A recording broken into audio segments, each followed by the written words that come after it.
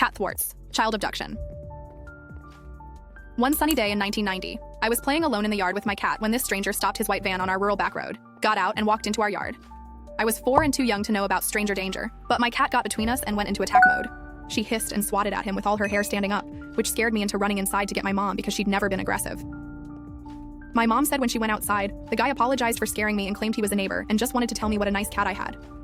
Because it's not at all creepy for a 25-35-year guy to approach a random little girl in her yard to talk about her pet S. He also wasn't a neighbor because it was a rural small town where everyone knew everyone else and had for generations, and we never saw him before or after this.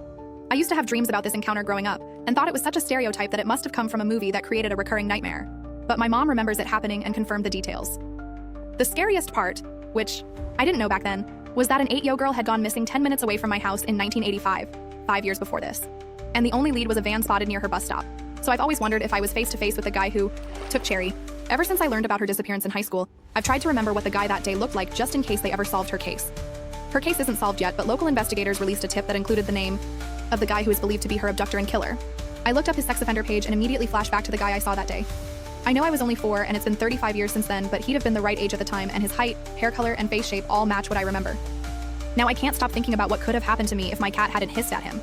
This guy has a long history of sex offenses against minors, and if he did take Cherry, then he'd already killed when he came into my yard in 1990. So if it wasn't for my dad letting me keep the stray cat that showed up on our porch, I think I might have been abducted, assaulted, and possibly murdered back in 1990. And follow for more Reddit stories.